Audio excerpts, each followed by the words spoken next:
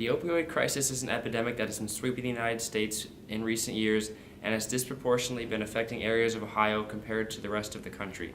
Since 2010, the rate of opioid deaths in Ohio has tripled, with Montgomery County being nicknamed by NBC News the overdose capital of the United States. Ohio is among the top 5 states with the highest rates of opioid-related overdose deaths. In 2016, there were 3,613 opioid-related overdose deaths. From 2010 to 2016, the rate of opioid-related deaths in Ohio has tripled from just 10 deaths per 100,000 people to 32.9 per 100,000 people. In 2017, the state of Ohio had more opioid-related deaths than all of the other states combined.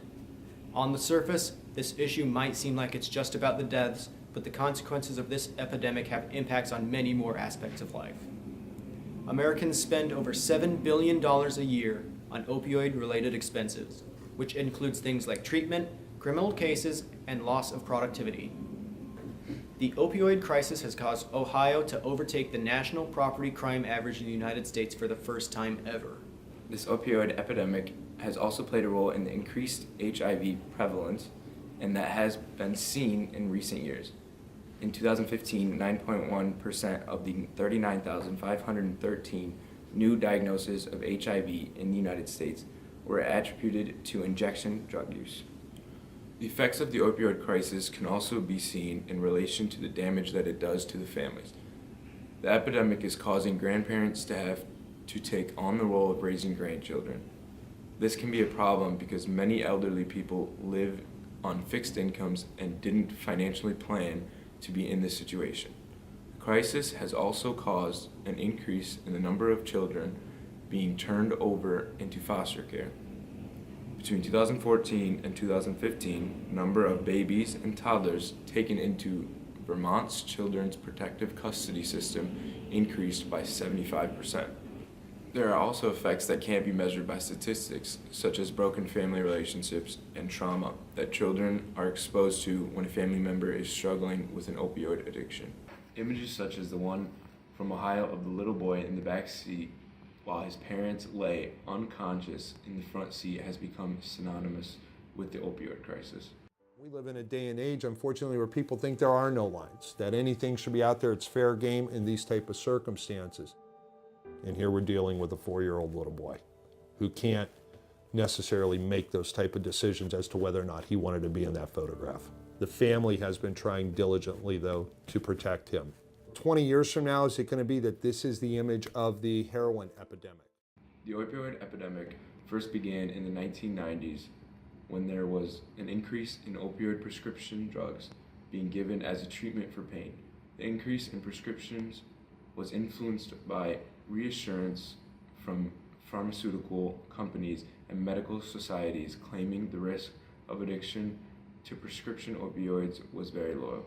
The increase in prescriptions was influenced by reassurances from pharmaceutical companies and medical societies claiming the risk of addiction to prescription opioids was very low. This became known as the first wave of the opioid epidemic.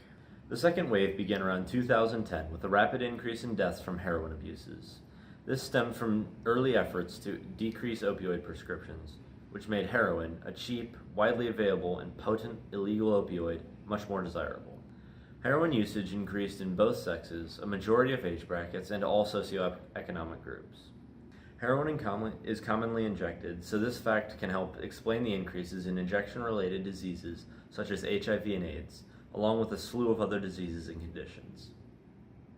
The third wave of the crisis began in 2013 when an increase in deaths was seen due to synthetic opioids like fentanyl. Fentanyl is said to be 50 to 100 times more potent than morphine and 25 to 50 times more potent than heroin. Fentanyl was initially utilized to make the death experience more painless and was never intended to be used during the course of one's life to manage pain. Knowing this fact can help explain why the drug has been wreaking havoc in our country today. Fentanyl doesn't just affect those in lower social classes either. The drug has taken the lives of celebrities such as Mac Miller, Prince, Tom Petty, and along with many others. All hope has not been lost, but a solution to fix the deadliest drug overdose crisis in American history has yet to be seen. Congress recently voted and passed legislation to boost access to additional treatment along with other resources. But some criticized the legislation, saying it didn't go far enough in trying to come up with a feasible solution. Many experts say that there is no silver bullet solution to fixing the crisis, but a mixture of policies could help make a dent. Things like increased access to treatment, harm reduction medications, and fewer painkiller prescriptions could help address the root cause of addiction.